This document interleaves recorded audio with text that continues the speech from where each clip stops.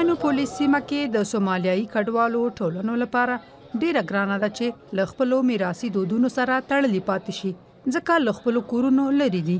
خو دا حالت اوس په بدلېدو دی.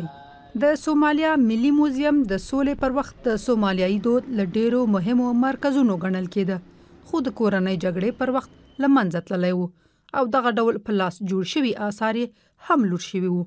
اوس د موګدیشو د ملي موزیم څخه یوازې دغه انځورونه پاتې دي.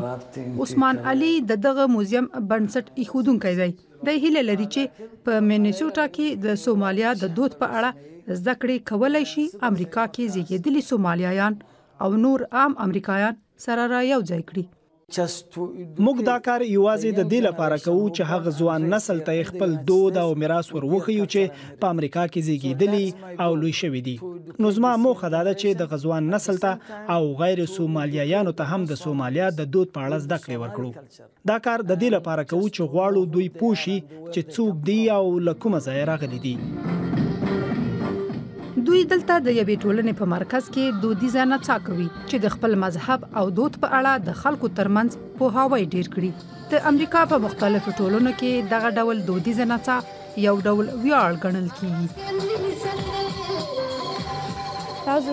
په زرګونو خلک دلته زموږ د دود لیدو ته راځي او دا چې څه ډول دي او موږ یې څه ډول تمثیلوو. دا ډیر ښکلی دی ځکه خلک ورسره مینه لري او خلک به پوه شي چې موږ د سومالیا استازي یو. د اوس لپاره دغه موزیم یوازینی داسې ځای دی چې د سومالیا ټولنې له خپلو هغو میراثي دودونو سره یو ځای کوي چې لرې په افریقا کې ترې پاتې شوي دي.